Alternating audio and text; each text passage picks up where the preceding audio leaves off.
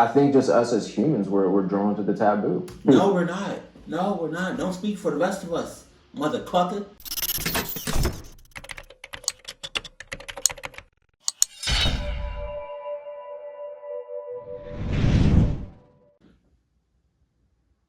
Sup, duh.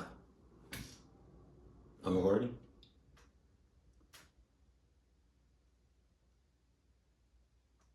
Okay. Sup, dope.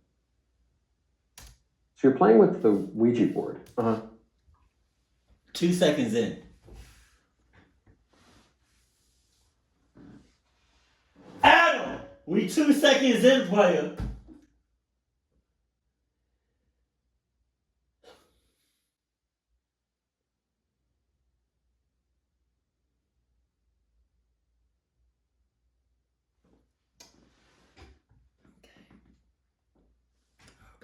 I don't know who these guys are. I've never seen them before in my life. Maybe you guys know who he is or the other person. I just saw this as like a recommendation. But if they say otherwise, that Ouija boards aren't real, how about y'all go test it out? The Ouija board, the idea is it's not your hands moving the thing around, but it's demons, basically. It's moving the... All right. Did it work? So, it's funny because my first encounter with the Ouija board was my mom used to have them as a prop for Halloween. So, yeah, I don't know if these are... I don't know nothing about these people. I don't know if they're YouTubers. I don't know if they mess with the other side. So anything like that. So, let me know if what they're saying is... facts, or if it's like, do you take what they say seriously, to heart, anything like that. So yeah. Played with it. It was just when Halloween parties, and she'd just have the Ouija board there, and it would just be a prop, right? And that's not a prop. Did you say your mother did that? So this goes back generations. Okay. Your family, as far as the devil himself can see, is yeah. I don't know where I was. I lost my train of thought. Your whole entire family, yeah, there we go. Your whole entire family, as far as the devil can see, is all clucked. From the past, the present, and the future. So I don't know what to tell you, player. It's not a prop. It's just the real deal. I think one of the first times I remember using it, and it wasn't like I did this like hundreds of times. It was maybe a handful of times, 70 times. And it's the first time it worked. Did you say 70 times? Go back. There's going to be a lot of pauses in this. Oh, shit. Tell me that's a green screen. Please tell me that's a green screen. What do you say, 70 times? And I think one of the first times I remember using it, and it wasn't like I did this like hundreds of times. It was maybe a handful of times, 70 times. And I'm thinking he's saying 70. That's not a handful. A handful is like a handful. Like 5. So the first time it worked was I was at a friend's house. It was, I think, like 8th grade summer or something, 8th grade summer. And there was a group of us at this girl's house. And so it was a group, like maybe 5 or 6 was playing. And it starts to move. Now, everyone's first reaction is it you? Is it you? Is it you? Everyone's, no, I swear, no, I promise, no. Everyone's not. I know it's not me. The thing starts to move. People start getting freaked out. And me again, I'm challenging this up. I think it's a joke. Yeah. Because even though I think like, oh, it really is moving on its own at this point. Now, but I'm like asking it stupid questions, oh, if you're real, show your face, and stuff like that. And so it starts to move and people will start getting freaked out. So it was like me, and I think it was like 2 or 3 other girls and another guy. They said, and they start saying, so one of them said, you have to ask it if you can leave. Like, I heard, you can't just leave the door open. You have to ask if you're allowed to leave. So they said, can I leave? And it goes, yes. Can I leave? Yes. And so next thing I know, it's just me and this one girl. And she says, can I leave? And it says, no. Oh. So she goes to try, and she's like, can I leave? No. And it goes, no. And she just freaked out, and she just ran off. And I was, nope. I feel like that was a bad idea. Whoever that girl was,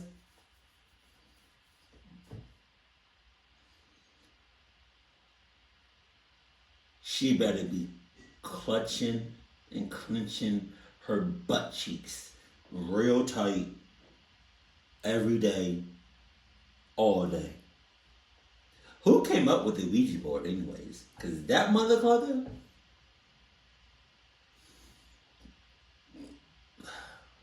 Jesus.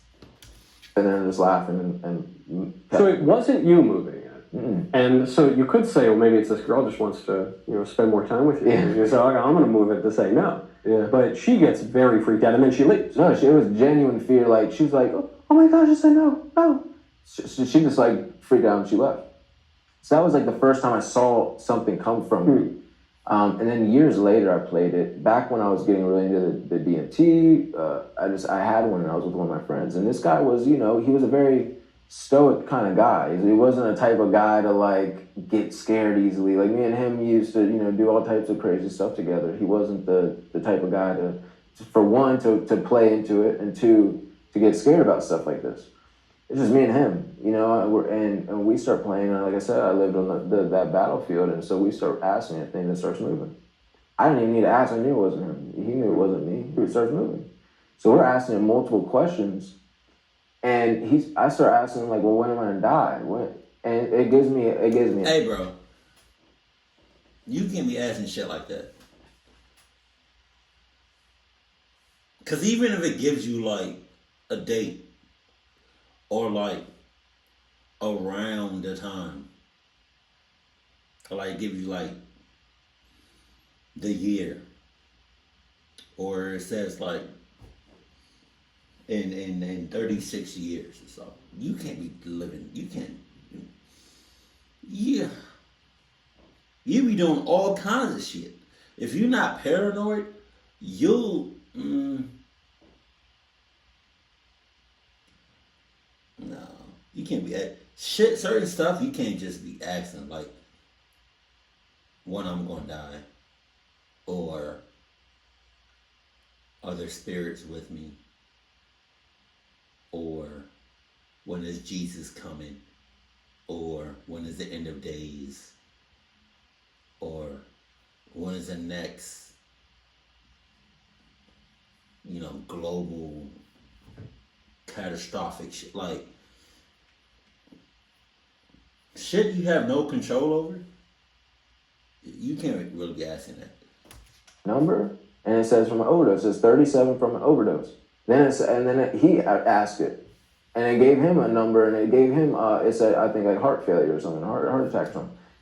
To this day, that friend is scared. He called me literally like last year. He said he freaked out. And this is 2012, 2013.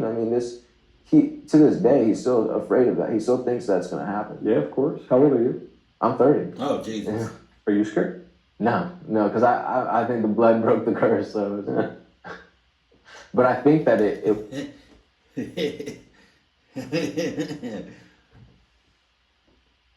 a week before your 37th birthday, you shitting bricks, you sweating bullets. You next to nobody. You might spend the night in the hospital whole time. Just saying. You laughing about it now, but wait until it gets closer to 37. would have happened. I think that was the intention. I think that was the plan for my life, maybe, But he still thinks that, like, he called me actually like a year ago or something. He said, dude, I only have a year left, if that, he thinks it's going to happen. Right, because demons can't read your mind. Demons are not God. Demons are not omniscient or anything like that. But they are pretty good observers of behavior. And so, based on... If they can't read your mind, then... Yes, they can. Because if they can possess the body, then they can know what you're thinking. No? The behavior that you were exhibiting for a long time, it may have been a perfectly reasonable inference to say, oh yeah, you'll die at 37 from a drug overdose. Yeah, 100%. So why are you doing? Because people tell me this. They say, "Oh yeah, I play with Ouija boards and crystals and weird astrology stuff," but it was all just kind of silly games. And I think when I want to play a silly game, I play Monopoly. And why? What is it about? What drew you to the Ouija board and all the occult stuff? All that cluck shit. I think just us as humans, we're drawn to the taboo. Hell no! Don't do that, please. Don't do that. Don't. You say, time out. We as humans are. What you say? About what drew you to the Ouija board and all the occult stuff? I think just us as humans, we're drawn to the taboo. No, we're not. No, we're not. Don't speak for the rest of us, mother clucker. We're not cluck asses like you. We don't just have Ouija boards. We don't just play them jumps. We play GTA 6. We play Mortal Kombat 2. We play Metroid Prime 4. You know what I mean? We take road trips. We watch YouTube videos. TikTok. We play board games. We play Monopoly. And if we're on the rush, we play Monopoly Go.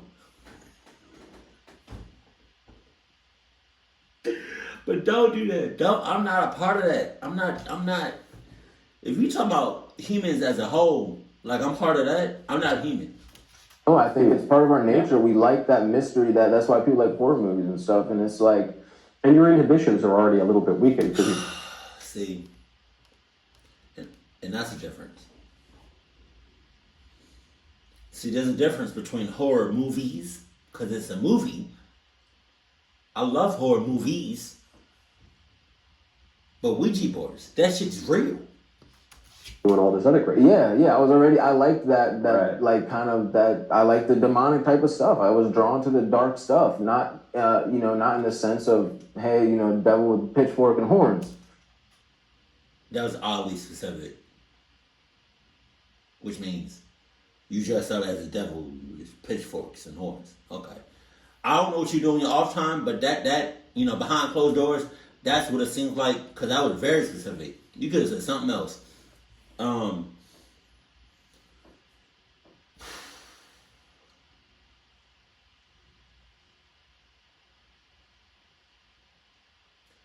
was going to say something else, but I just clock you because I lost my train of thought. I forgot what I was going to say. Maybe it's going to wait. All right. But the stuff that made people uncomfortable. I wanted to go into the water that everyone else was. Yeah, because you in that dark shit. You was always in that dark shit. So, which means, for a fact, you most definitely checked out the dark web, right? Checked out Craigslist. What else? Checked out that weird side of YouTube.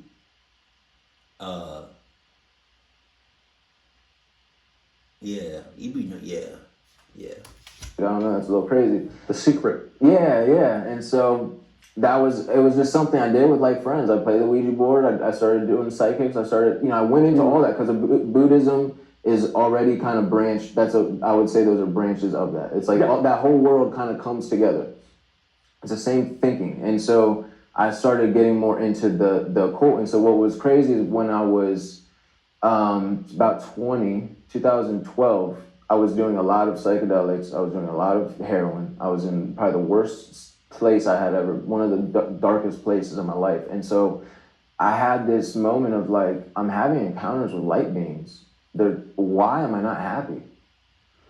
Why am I still stuck? I can't stop doing heroin. Is it weird? This guy's smile it's a little like, it's a little weird.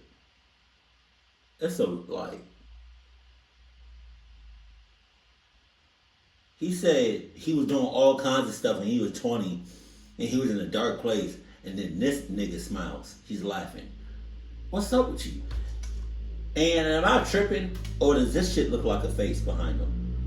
Move. Because I'm seeing like eye, a nose right here, and a mouth, and then like a little bit of a chin, and like the outlining of a face. Maybe I'm tweaking. I can't stop doing heroin. I want to kill myself, and I'm thinking I'm enlightened. I would have a trip, and for a week I'd be the most enlightened. I think I was Gandhi. For the next week, I'm Gandhi, everybody. And then a week later, I want to kill myself. And so I'm starting to connect these dots. Like, this doesn't make sense. Like, why am I having these great experiences, but I can't ever bring back the fruit or what I thought was fruit? I can't ever bring it back to my life. And I can't find the power to overcome any of my obstacles. What did you think the light beings were? Did you think it was a figment of your imagination, just a chemical product of the drugs, or did you think they were angels or something? So with acid and mushrooms, you don't typically, at least I never had visuals where like, oh, I'm seeing this thing just pop up. It's more like the walls will melt. Everything's a lot more vibrant. But you could see something and it starts to look like something else. I had a time where like my dog turned green and his tongue was longer. Stuff like that, right? Like, but like like, oh, this is reality. Dog. Yeah. Like it's like I knew it was reality. With the DMT, this was like full on, like that you're seeing a whole world just crack open in front of you. It's like going to Mars or something, right? Like right now, this room, just turns into another realm, right? And it's like. So I'm experienced. So I knew I was hallucinating, but I also knew 100% this stuff is real. Whatever is in my room right now, these things are real, and they would be light beings. So they're a human shape, but they are like they were colors. One was purple, one was orange, one was red. It's like a flaming light, but in a human shape. I don't know what DMT is. I don't know what it stands for. I don't know if it's an acronym, but that seems like the hard shit, like heavy duty. That being said, when people do drugs and that hard shit and they start hallucinating and they think that they seeing shit, what are the chances that it is real, but we need to be on some shit to see it? Like I've never taken drugs before in my life. I mean, other than over-the-counter stuff that doctors prescribe. But other than that, like I haven't taken weed, heroin, acid, anything. Like, so what if when you're sober, you don't experience that? You don't see it. It's real, you just don't see it. But you see it when you on it. Like, it's real when you on it. I don't know if that makes sense. I don't know if y'all, maybe, it makes sense in my head when I'm thinking about it, when I say it. Hopefully y'all can understand what I'm trying to, Right, so it's like a silhouette, and then the thing about them is that they would always speak peace, like, we're here to help you. Or, calm down. My ass. We have your back. And the thing that was interesting, and I didn't pick it up at the time, but looking back, it literally was like, when you're swimming in the ocean and you feel like that there's something maybe under you. It's like you're enjoying the waves, it's fun, but you're kind of like, oh, it might be a shark. That's how it felt. It's like, I kind of don't trust you guys, but I don't have a reason not to. You look pretty. You're giving me good information. You're clothed as an angel of light, you might say. Yeah, and so that's kind of where it was at, but it just never.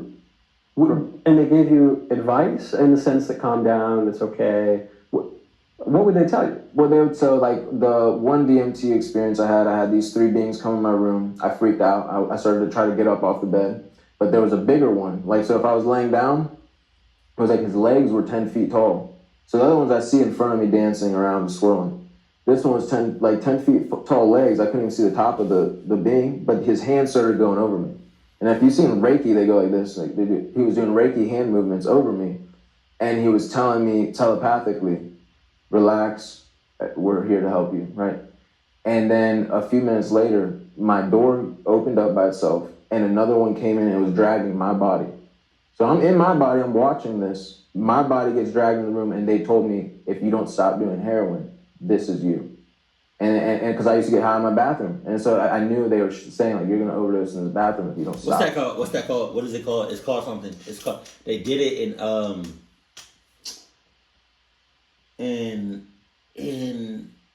astral projecting. Yeah, that's what that's called, right? It seems like it. And so that's what I mean. Like they would tell me like, you need to be a better person. You need So what is that? Seems to me there's 4 options. Mm-hmm. It could be your subconscious. You knew, even as you're doing a bunch of dope, you know that this is bad for you, it's going to kill you. Mm-hmm. So it's your subconscious telling you that, like in a dream, say. Or they're demons. They clothed as angels of light, as it says in the Bible. Or they're angels. Mm-hmm. Or they're just some weird chemical hallucination, totally random, totally unaccounted for, totally meaningless. Mm-hmm. Which to me seems like the most ridiculous possibility of all. So which of the 3 is it? So I think the interesting thing is that if you talk to anybody that did psychedelics, I think everybody would agree they're all real. It's like it's not just your subconscious. It's not your imagination, your subconscious. I think there's times people think like your subconscious can create stuff that isn't really there. But those experiences are 100%. It's another dimension. The veil is removed. Yeah. And I think that's what gets manipulated because of our ignorance, you know. And so, and I'll give you an example. The first time I did the mushrooms, I started to climb up a radio tower. And then I got about 20 feet up, and I saw, oh, what am I doing? I shouldn't be climbing a tower right now. I started to climb down. That inflicted a thought of fear where I started, for some reason, because I was in the woods, I started thinking about the Headless Horseman. And I'm like, oh, the Headless Horseman's going to get me. I started to hear horses come, right? So that was a example of me thinking something. Right, and then it kind of... But I knew, oh, I'm just tripping. Yeah. You know, like, oh, this isn't real right now. I went back in the car and I was fine. Because you hear that expression a lot. You're like, oh, man, that guy's tripping over there. Yeah. Obviously, where it comes from is you literally were tripping and you were imagining something that wasn't there. Yeah, and I was imagining it, and I knew I was. But then this was different than what was going on in your life. Way different. But so then my question is, it sounds like they're demons. Yeah. But they're saying, hey, don't kill yourself, get off the heroin, which seems like good advice. So then it seems like they're angels. Right. So what is it? That also seems like, so there's a show on Netflix called The Good Place. If it's still on there, I like it. You just check it out. It's really good. So it's like they're in the middle, you know, of the heaven and hell. They're right in the middle, so they're trying to decide where to put you. It sounds like they're neutral spirits. Did I say that right? Like they're in between good and bad. That's the deception in it. And so I think Romans 6 talks about, it says you're either a slave to sin or to righteousness. It says, look at the fruit of what's coming from this. And so I think that a lot of times we have to look like, what is the fruit that is coming from this? Like the fruit that was coming from this was not good in any sense for me. Even when they say get off the heroin, that's not good. Well, I guess because it didn't work. Because there was no power there. So it's kind of like, right. I always use this illustration of, if I'm trying to kidnap somebody, I'm not going to say, you know, hey, I'm here to kill you, kid. Like, come in the car. It's like, here's some candy. Right. Hey, I want to get you down there. Here's $100. So they don't, if you look at like the state of Satan being the God of this world in a fallen state, fallen angels having, secret knowledge and you know what I mean? Principalities and powers. Yeah, and all this stuff, they're not dumb, you know? And so they can give you stuff that looks good, you know? Right. Yeah. Right. And I guess our imagination is just limited. We think, oh, those stupid little devils. We're so much smarter than that. Yeah. No, they're pure intelligence. They're probably more intelligent than we are. Oh, yeah. In many ways. That's it? Okay. All right. I don't know if I need to see a part 2 to this. I just wanted to see this video. But I 100% believe that Ouija boards are real. No one can tell me otherwise. If you think they're not real, you can go ahead and unsubscribe. Cluck you and everything that you stand for. But what I'm kind of indecisive, and what I'm kind of like questioning is when people do those hard ass drugs, and people start tripping and they seeing shit, and it feels so real. Is it real? Is it another universe that's kind of like coming into ours? Like we're not supposed to see it unless we own that shit? Like, whole time, there could be like Teletubbies and you know what I mean, angels and like all kinds of shit right here that's not from this world. But because I'm not on something, you know, I don't see it. Y'all don't see it. Now you could see it, you know. Whoever's watching this, if you on mushrooms or if you doing DMT, you most definitely can see all you know what I mean, you can see all that. But I 100% believe Ouija boards are real. I don't know why. I mean, I think I know why somebody made it. You know, I think, and I'll do my research, but I feel like Ouija boards were made to talk to your loved ones that passed.